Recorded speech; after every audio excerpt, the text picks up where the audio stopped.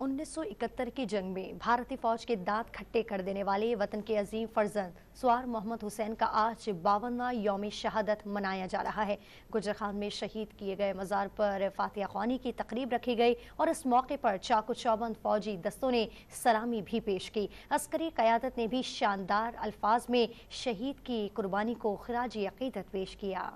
مادر وطن کے تحفظ کی خاطر اپنی جان نچھاور کرنے والے عظیم فرزند سوار محمد حسین کی شہادت کو 52 برس بیت گئے، مگر تاریخ کے اوراق آج بھی شہید کی جرت اور بہادری کی داستانوں سے روشن ہیں۔ 1949 میں گوجر خان میں پیدا ہونے والے سوار محمد حسین نے 1966 میں آرمی جوائن کی۔ 1971 کی جنگ میں ظفروال شکرگڑھ سیکٹر پر سوار محمد حسین اس جواں مردی سے لڑے کہ دشمن ٹینکوں کو ناکو چنے چپوا دیے۔ اس دوران بھارتی ٹینک سے مشین گن کا ایک برسٹ فائر ہوا اور سیدھا جا کر سوار محمد حسین کے سینے سے پار ہو گیا۔ سوار محمد حسین کو شہادت کے بعد ملک کے سب سے بڑے فوجی اعزاز نشان حیدر سے نوازا گیا۔ 52ویں یوم شہادت پر سوار محمد حسین کی قبر پر فاتحہ خوانی کی گئی اور پھول چڑھائے گئے۔ پاک فوج کے چاق و چوبند دستوں نے شہید کی قربانی کو خراج عقیدت پیش کیا۔